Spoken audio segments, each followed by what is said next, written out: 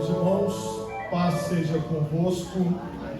Se você trouxe Bíblia, por favor, pegue a sua Bíblia. Louvado seja Deus.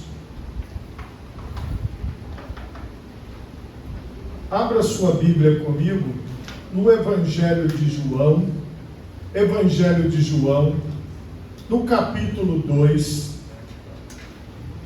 Evangelho de João, capítulo 2. Nós vamos ler a partir do versículo 13. Evangelho de João, capítulo 2, a partir do versículo 13. Evangelho de João, capítulo 2, a partir do versículo 13. Quantos encontraram? Digam graças a Deus. Assim nos diz a palavra do Senhor. E estava próxima a Páscoa dos judeus, e Jesus subiu a Jerusalém, e achou no templo os que vendiam bois e ovelhas e pombos, e os cambiadores assentados. E tendo feito um azarrogue de cordéis, lançou todos fora do templo, bem como os bois e ovelhas, e espalhou o dinheiro dos cambiadores e derrubou as mesas. E disse aos que vendiam pombos: tirai daqui estes, e não façais da casa de meu pai casa de vendas. E os seus discípulos lembraram-se do que está escrito: o zelo da tua casa me devorará. Responderam, pois, os judeus e disseram-lhe: que sinal nos mostras para fazeres isso? Jesus respondeu e disse-lhes: derribai este templo, e em 3 dias o levantarei. Disseram, pois, os judeus: em 46 anos foi edificado este templo, e tu o levantarás em 3 dias? É só trocar a bateria. Já estava ruim desde o início.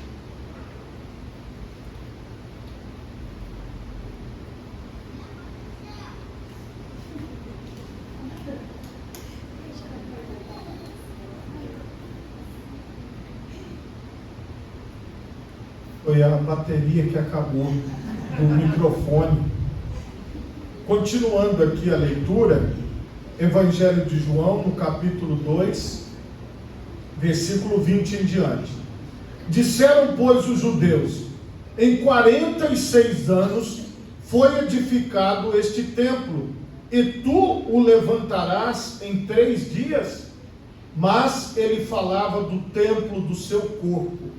Quando, pois, ressuscitou dos mortos, os seus discípulos lembraram-se de que lhes dissera isso, e creram na Escritura e na palavra que Jesus tinha dito. Amém? Por favor, levanta a tua mão direita o mais alto que você puder, feche os seus olhos e oremos a Deus. Pai Todo-Poderoso, neste momento, Senhor, nós te louvamos e nós te bendizemos, ó Deus, por tua santa palavra que acabou de ser lida aqui neste lugar.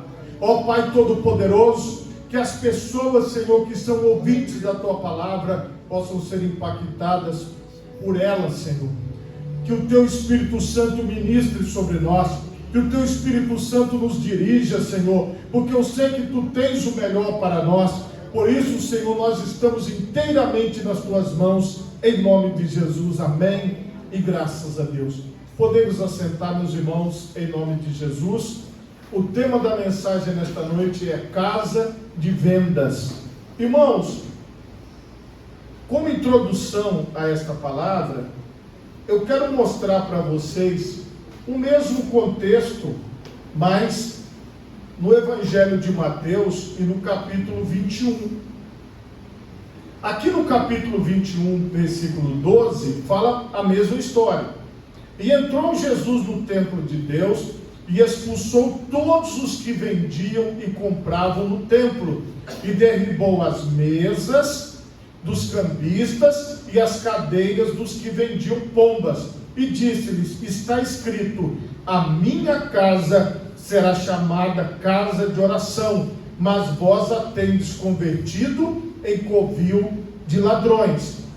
Esta palavra, nós vamos na confirmação dela, Isaías 56, 7, vai nos mostrar exatamente isso.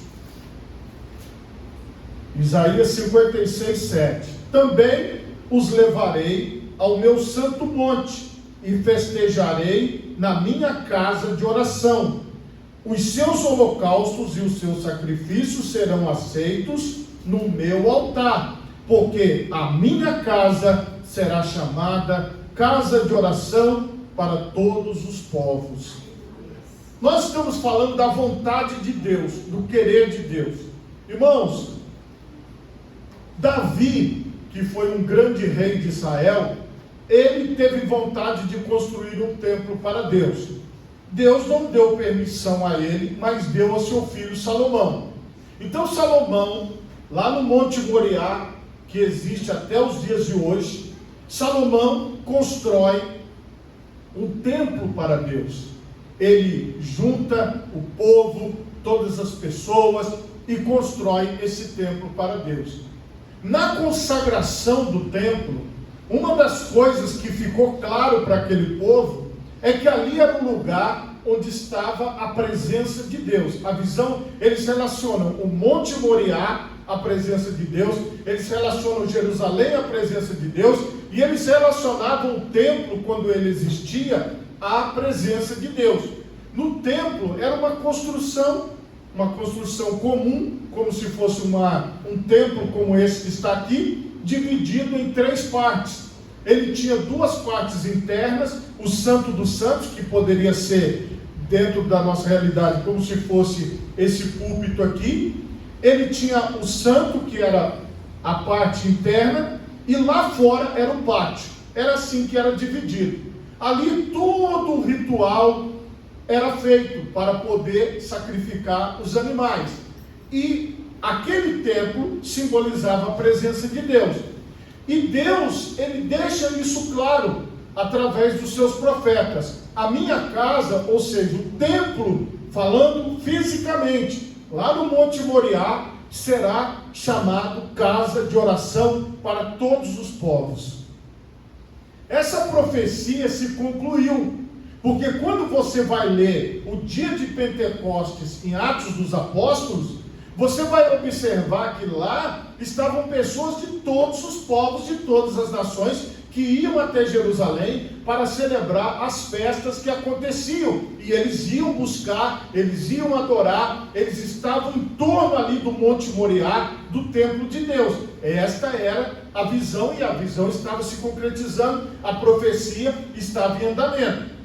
Quando Jesus ele veio para poder realizar a vontade do Pai, ele chega diante do templo, no pátio, nós estamos falando da parte de fora, a parte externa, e ele observa que ali as pessoas estavam aproveitando para fazer comércio.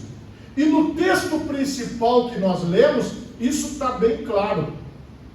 Porque você veja que no nosso texto de João, ele fala quem estava lá, e exatamente o que eles faziam. Eles vendiam bois, ovelhas, pombos, e havia os cambiadores, que tem até os dias de hoje, que são as pessoas que trocam moeda, que trocam dinheiro. Se você, por exemplo, for aqui no Shopping Vitória, você vai encontrar um local que você pode trocar real por dólar.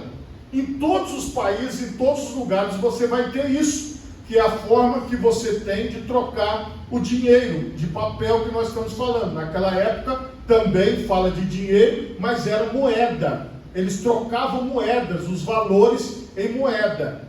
E preste atenção numa coisa, Jesus, ele não se agradou desta situação, porque as pessoas que estavam em torno ali do templo, elas estavam fora de ordem.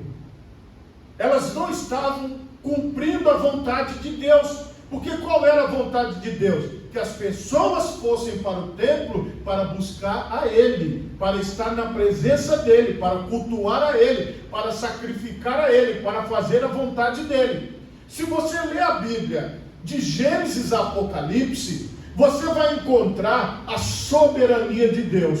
Todos nós somos filhos de Deus, somos servos de Deus e seguimos ao Senhor de acordo com a sua vontade.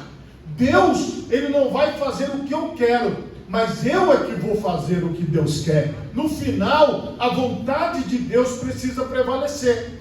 Jesus estava ali defendendo a soberania de Deus. Jesus, ele foi enérgico com aquelas pessoas que estavam ali por outros motivos, que não fosse a oração, que não fosse levar as suas ofertas, que não fosse levar a sua adoração e participar daquele processo que Deus estabeleceu. Aqui, irmãos, a palavra casa de oração, ela nem precisa de tradução. É o lugar onde se fala com Deus, é o lugar onde se ora, é o lugar onde se busca ao Senhor. Jesus, ele mostrou na prática, tomando uma atitude enérgica. Jesus fez algo fora daquilo que ele fazia no seu dia a dia. Ele montou um azarrogue. O azarrogue é um chicote. Jesus pegou um chicote e ele expulsou para fora daquela parte do pátio, lá mandou eles para bem longe. Por que ele expulsou aquelas pessoas? Porque Jesus, ele não se agradou, e ele fez uma coisa bem pior. Olha o que ele fez. Ele espalhou o dinheiro dos cambiadores e derrubou as mesas. Porque, como Jesus disse, aprendei de mim que sou manso e humilde de coração, você vê Jesus virando as mesas, não era algo comum. Jesus só fez isso nessa ocasião. Ele não agrediu pessoas, ele virou as mesas, ele soltou os animais e ele tocou os animais para fora. Ele estava fazendo aquilo com as mesas, jogando dinheiro no chão e tocando os animais para fora. Por quê? Ele estava mostrando para aquelas pessoas: aqui não é lugar disso, vocês não deveriam estar fazendo isso. Todo mundo ficou assustado, e não ficou um para contar a história, porque todas estas pessoas que estavam praticando vendas foram embora, estavam praticando a troca de moedas, foram embora. Eles não quiseram ficar ali, porque eles viram Jesus com autoridade os expulsando. Jesus mostrou que aquelas pessoas estavam erradas e que aqueles que foram buscar de verdade ao Senhor estavam corretos, estavam fazendo a coisa certa.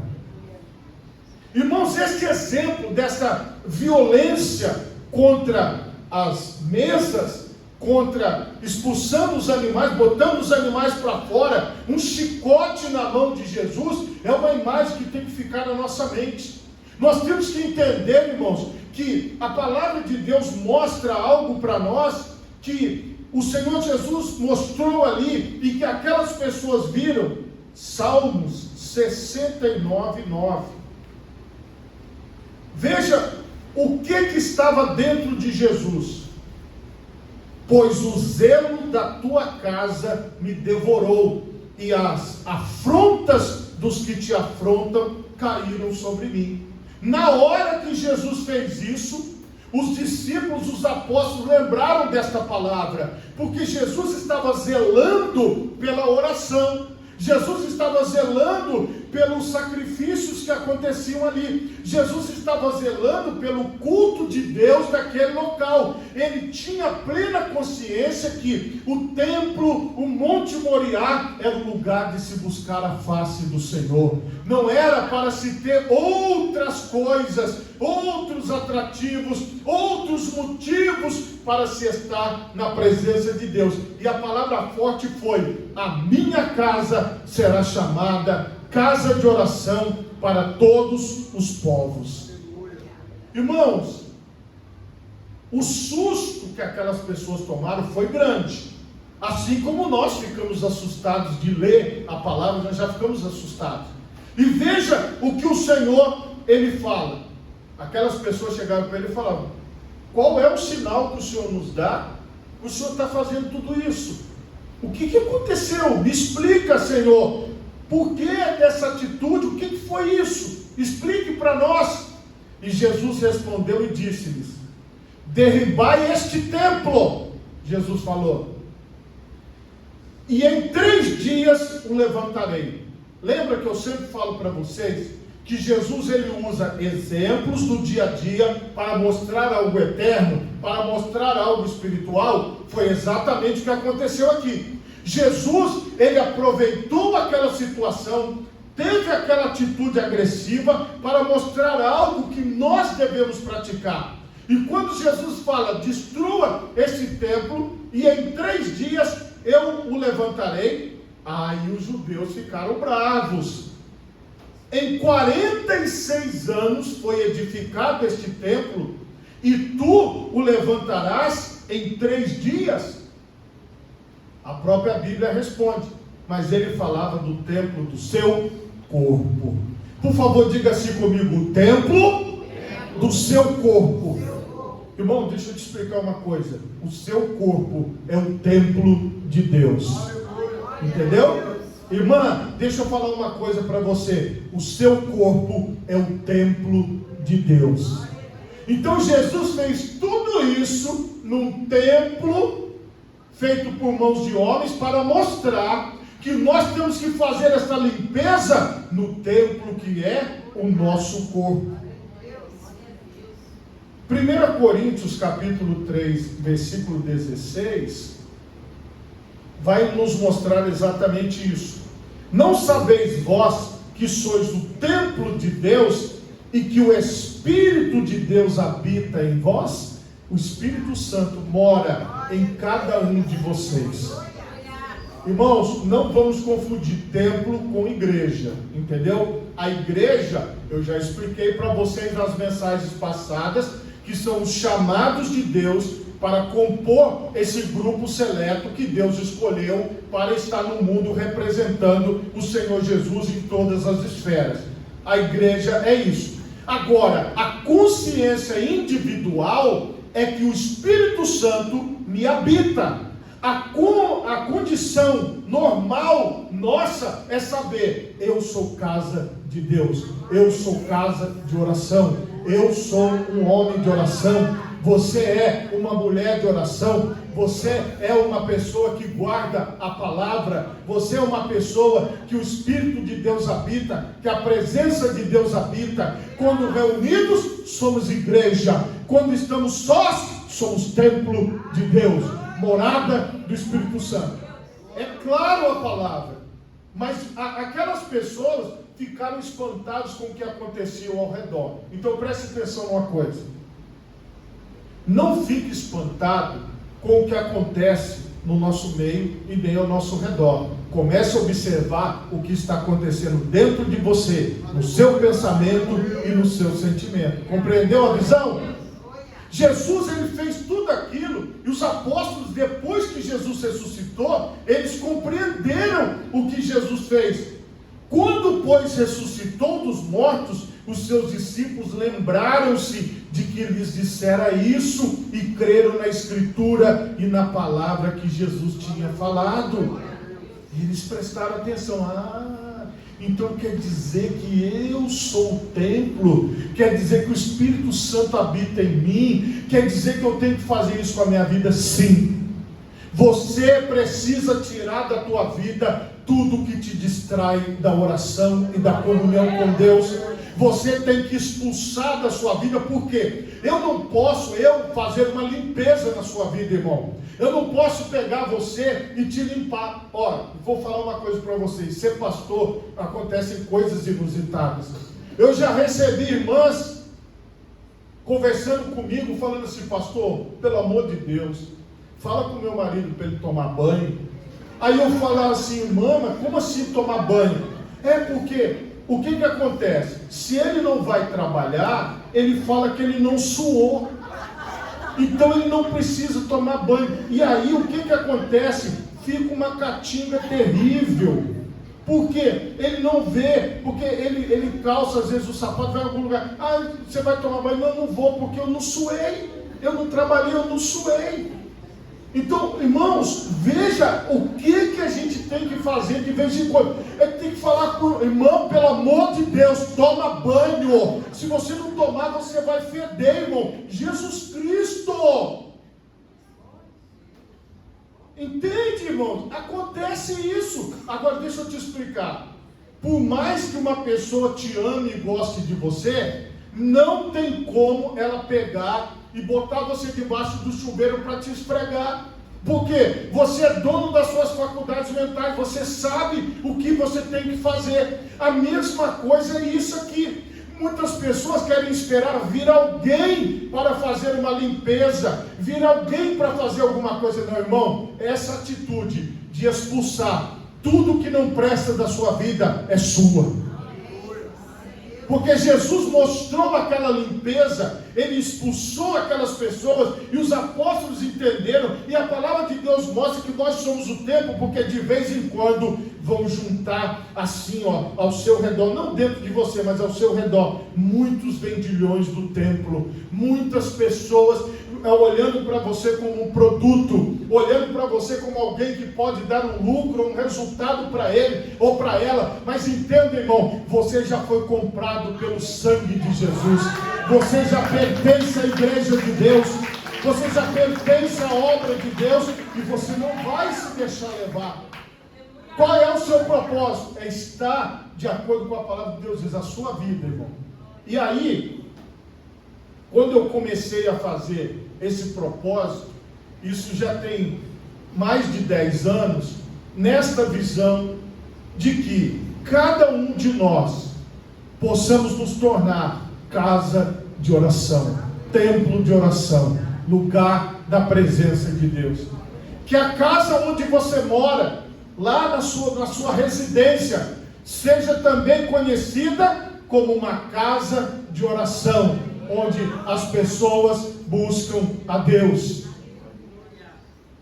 Eu morava embaixo da igreja ali de Taboazeiro, e a janela dá assim para a rua lá. Se você passar lá perto, você vai ver. E eu ligava o som, né? Ligava o som. Eu tinha, irmãos, um 3 em 1. Aleluia. A minha esposa botou fogo, irmãos, no meu 3 em 1. Literalmente, botou fogo, queimou tudo. Não tenho mais nada. Queimou. O que acontece? Ela deixou na casa do pai dela e da mãe dela, e do nada pegou fogo no quartinho e queimou. Justamente o meu 3 em 1 queimou. Aí, eu achava que ninguém ouvia a minha oração, e porque eu botava o som alto e tal. Aí, estou eu lá na igreja, quem que vai falar comigo? O Wilson Roberto Carvalho Neto. Eu vejo que o senhor ora ali. Eu falei, como é que você vê que eu oro? Ele falou, porque eu passo aqui, né, viro aqui a esquina, e eu te escuto orando. Aí depois vem outro irmão e fala, pastor, eu ouvi você orando. Eu falei, não dá mais para orar aqui. Porque, meu Deus, não tem sossego, eu estou orando aqui dentro, e as pessoas estão passando aqui fora e estão me ouvindo orar. Então, irmão, deixa eu te explicar uma coisa. A sua casa, lá onde você mora, precisa ser uma casa de oração.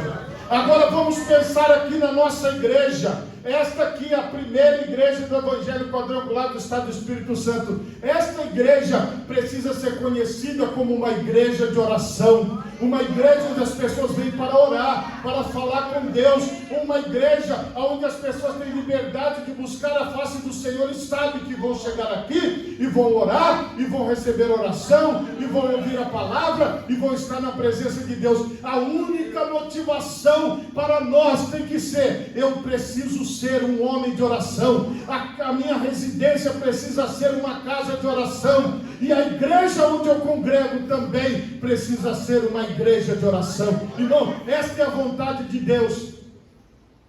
Esta é a vontade de Deus, que nós separemos esse tempo. Às vezes, irmãos, Você pode não ter um tempo maior na sua casa, mas aqui é um lugar onde você pode orar, onde você pode abrir a sua boca, onde você pode buscar a face do Senhor, porque o Senhor separou esse local para nós. Então nós temos que construir isso na nossa vida, viver na presença de Deus pela motivação correta. Se tem alguma coisa te impedindo de orar, se tem alguma coisa te impedindo de ler a Bíblia, se tem alguma coisa te impedindo de buscar ao Senhor, hoje vai cair por terra, e a oração, a palavra de Deus e a adoração ao Senhor vai prevalecer nas nossas vidas. Por favor, coloque as duas mãos na altura do seu coração, feche os seus olhos e oremos a Deus. Pai Todo-Poderoso, neste momento, Senhor,